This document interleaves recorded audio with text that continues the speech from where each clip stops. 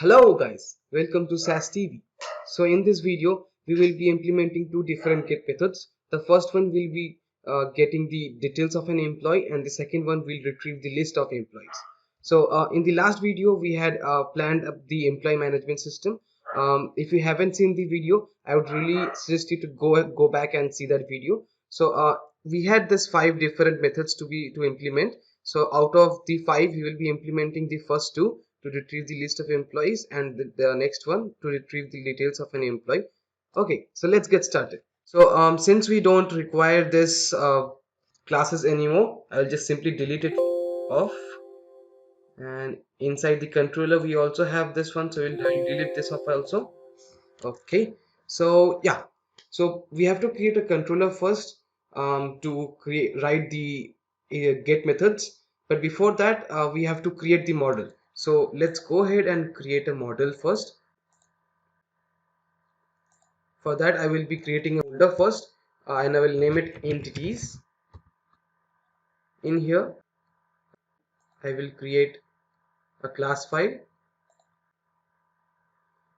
and I will name it employee.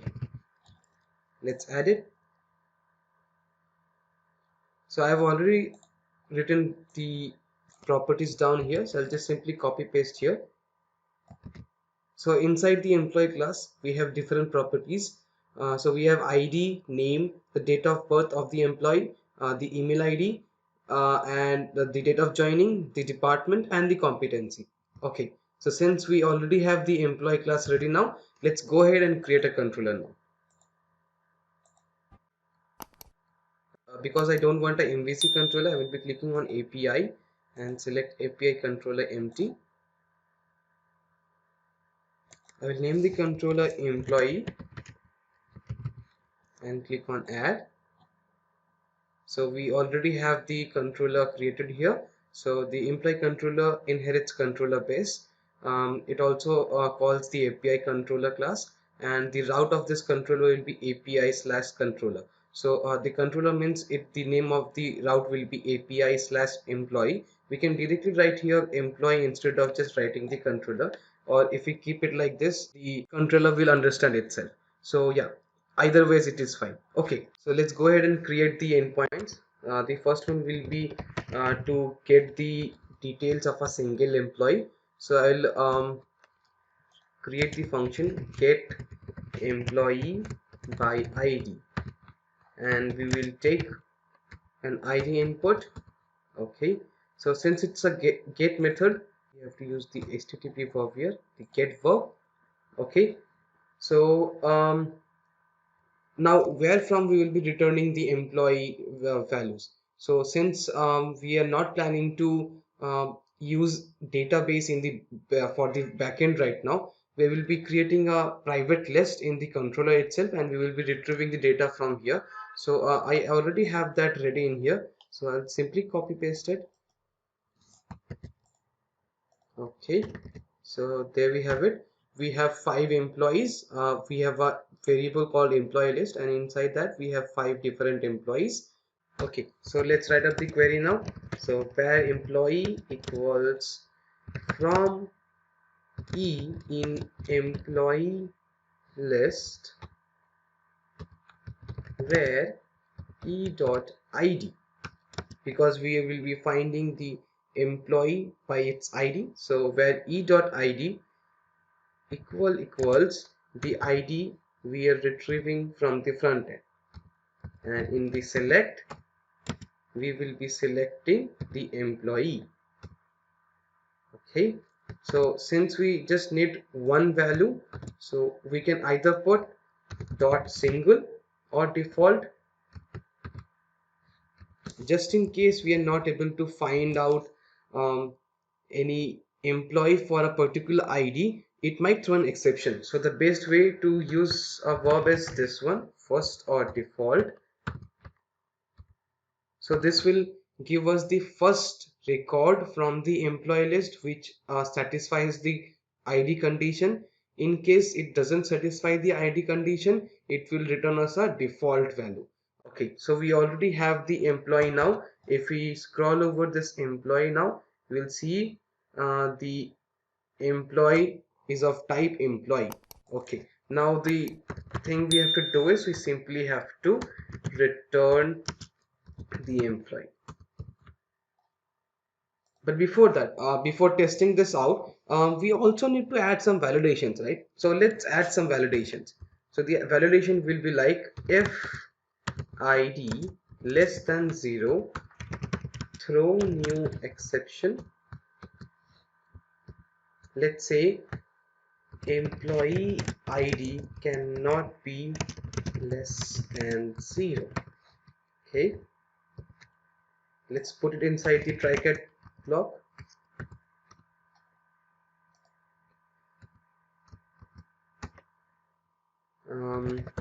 And we'll write the catch block also.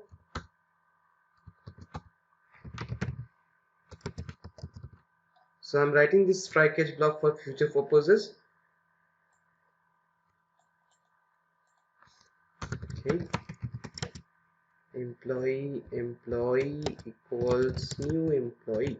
So we'll be declaring this employee in here, and in here we'll just be calling the employee. Okay, awesome. So now we already have this get employee by id function handy here, but notice we haven't added the route in here. So we will be taking the id here, right? We have to provide the id. So how will we be taking it from the front end? So for that we have to add a route at the top of this. We can either write it like this or we can do it this way. With the get method in here, we just put a comma and write route inside this. Since we don't want to add more words in this route methods, we will simply be taking the id input, which is of end type. Okay, awesome. So now we have the get employee by id function ready, the endpoint ready with us. But before testing, let's also write the other method, the get employee list method. So for implementing the get employee list, since it's a list of employees, and normally when we send a list of employees, we don't send the entire details. We just send the basic info of the employees. Like for example, the name, the ID, the email. The other things comes inside the details, right? So that will come under get employee by ID thing. So okay, before creating the other method or the endpoint, let's also create a new DTO. DTO means data transfer objects. So we'll be using a new DTO or the data transfer object to return the list of employees. So in the entities itself, we'll create a new folder named DTOs, and inside this we'll also add one more class named employee list DTO. Okay, .cs. Okay, so I already have the properties handy with me. I'll simply copy paste here. So there we have it. In this class file or the DTO file, we only have three properties, which are the very basic info, the ID property, the name, and the email of that particular employee. Okay, so now let's write the other endpoint. So this will be a list of employee endpoint. Oh, as I said, it's not an employee list, it will be a list of employee DTO file. So yep, let's add this. Okay, one more thing. So how am I bringing this thing up, this particular thing? So you can bring this up either by clicking control dot, or else you can see this button, you can see this bulb here, right? You can click on this. As it says here, the quick actions shortcut is alt plus enter or control plus dot, or you can also visit here and click on this. It will open up the same drop down. So we need this using statement because we have created the employee DTO file inside the entities DTOs folder. So let's add this using statement. Let's name the function as get employees. Okay, so this get employees function will return the entire list of employees, but not the entire list of employees, a list of employee list DTO. So how will we be proceeding? So let's do it like this: where employee list equals from e in employee list, since we will be taking all the inputs in this case and will not be adding any where conditions for id or name or any other thing, so there will be no work where condition. We will be simply selecting the employee. So we'll instead of writing employee, we will be using select new employee list detail. So inside this we have three properties. So the id goes to e dot id. E is an employee in this case. So since the conversion will not be fruitful if we just simply write select new employee list dto, we have to specifically mention the id will be from the is.id property. So the same way for the name property of employee list dto, we have to mention it this way: e.name. The same for the email property, so e.email. Okay, awesome. So we already have the select statement written up here, but because it's a list, if we just keep it like that, it's not done. We have to convert it to list, right? So we'll write dot to list. So our employee list is ready now. Let's return it back. So that's it. Now we have to add the verbs also. So this is a get method, so I will be adding http get, and because this get employee should not have any route, because we are not taking any inputs like id or some other input, so I'll be removing this one. If you want to add a route, you can simply write the route method, and inside the brackets you can add few more words like api slash, we already have it here, right? Api slash controller. So after that, if you write any word, it will come as slash the word you say. Let's say get employees, so that will come up here. Okay, so we already have the functions ready here. So let's run this solution now and see if it works. Okay. Okay, let's wait for a minute. The system is building the solution and it will run the solution soon.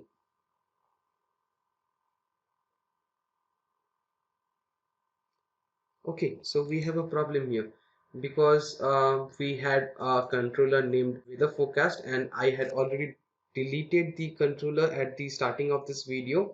So looks like we have to close this solution. So let's click on Control Shift and F, and we'll try to find the word weather here. Okay, we have found one in the launch settings.json. So yep, let's check it out. Yep, in the profiles in the IIS Express we have the launch URL that says weather forecast. So let's remove this and also remove this here, and let's try to run the solution now. So there we have it. This time we only see the port number here and not the forecast word. So because we haven't added the word employee in the launch URL, so that's why it says the local host page was not found. But yeah, we already have the route here. So as the route suggests, API slash controller name, which is employee, and after that we don't need to provide anything. Will just provide the ID if you want to retrieve details from get employee by ID, or if you want to retrieve the list of the employees, we will not provide anything. We'll just provide API slash employee. So let's check it out. I'll put a breakpoint in here in both the functions. So let's copy the port number here and go in Postman. So I'll paste the port number here, and after this I will write API slash employee, and I'll click on send. Let's see what happens. It says could not get response. Okay, what's the reason? Unable to verify the first certificate. So let's click on disable. Okay, there we have it. It hits the endpoint. So let's go and see if it actually works. We should be getting the oh, so this will happen for 5 times since we have 5 different lines. Okay, so yes, it returns the employees list. We have the count 5 here. Awesome. Let's click on continue and see the output. So as you can see here, we have the employee list DTO output here, a list of employee list DTO. We have the ID, the name, and the email properties. So we have all the 5 lines, all the 5 rows. So the get employee list works properly. Let's now check for the get employee by ID endpoint. So in here, I will provide -1 since we have added a validation, if you remember. So let's click on send. Okay, so it hits the endpoint. Let's see if the input has came up. Yes, -1. Let's go ahead and see if it works properly. So this condition should become true. Let's see if it works. Yes, it throws the exception. It gets caught in the catch block. It throws the exception here. And let's see what is the output. So as we can see here, the employee ID cannot be less than 0 text is been shown. Okay, now let's try it for some other ID within the range 1 to 5 since we have the input list within the range 1 to 5. I'll put 2 this time and click on send. So do we have 2? Yes. So yep, let's go ahead and see. This will get skipped and this time the condition will become true. Yes, this will happen for 5 times. I'll simply click skip this one and see what is the output. Yep, so we have the output for a single employee for the ID 2. Awesome. Let's also try for some other employee. We'll see for 5. I'll remove the breakpoint.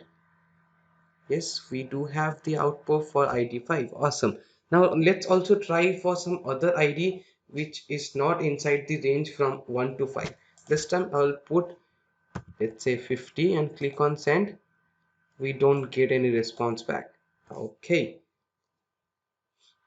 So why is that? We should be getting an empty response back. Let's see what happens exactly here. I'll put a breakpoint here again and we go to Postman. We click on send. Okay, it hits the endpoint in here. So let's directly come up here and see what is it. The employee is null. As we can see here, the first or default what exactly means. It tries to fetch the first row which satisfies this condition. If it is not able to find any row, it simply returns null. So in this case, what we can do is we can check if the employee is null. If yes, we can simply return an employee, empty employee. Does that sound good? So if the employee is null, we will return a new employee. Okay, let's check it now.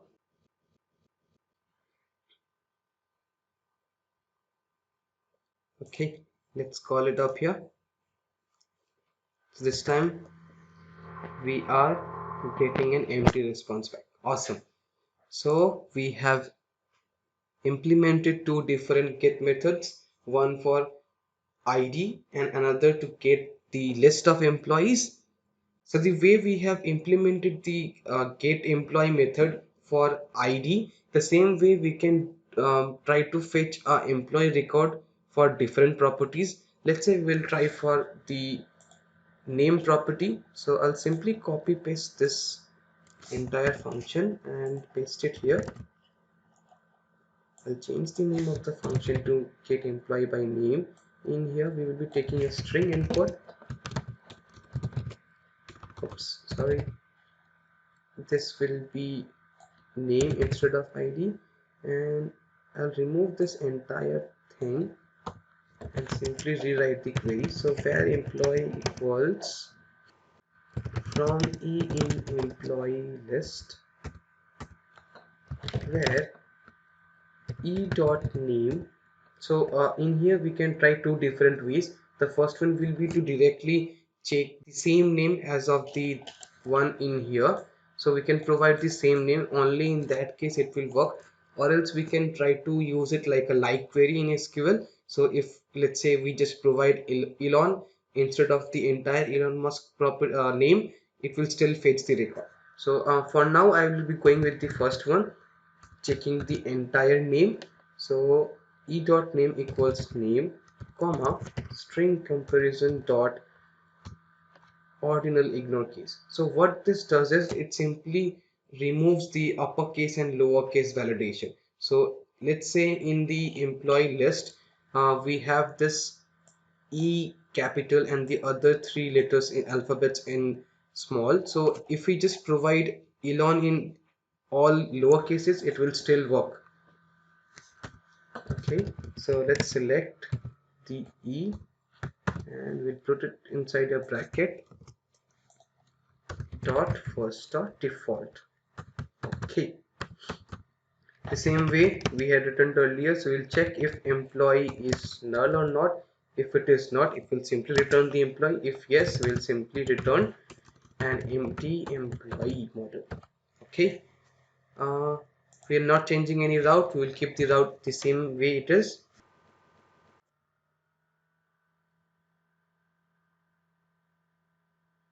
Okay, let's check. We'll provide the name Elon Musk and click on send. Yes, it was able to fetch the value, the employee model. Awesome. Now this time I'll put the E small and M small. It still fetches the value. Awesome. Let's try it for some other one. I'll write Mukesh and this time I'll write all caps Ambani and click send. Awesome. It still fetches the value. Awesome. So let's try it for some other input. I'll simply add a random word. Nope, it doesn't fetch. Awesome. So it works as it is expected. So this is how we will be implementing the get methods. So in the upcoming videos, we will be implementing the other three methods, the post, put and the delete methods. If you like this video, please click on the like button. If you want to support us, please click on the subscribe button. Thank you so much for watching. See you in the next video. Bye-bye. Tell me pretty lies, look me in the face, tell me that you love me, even if it's fake.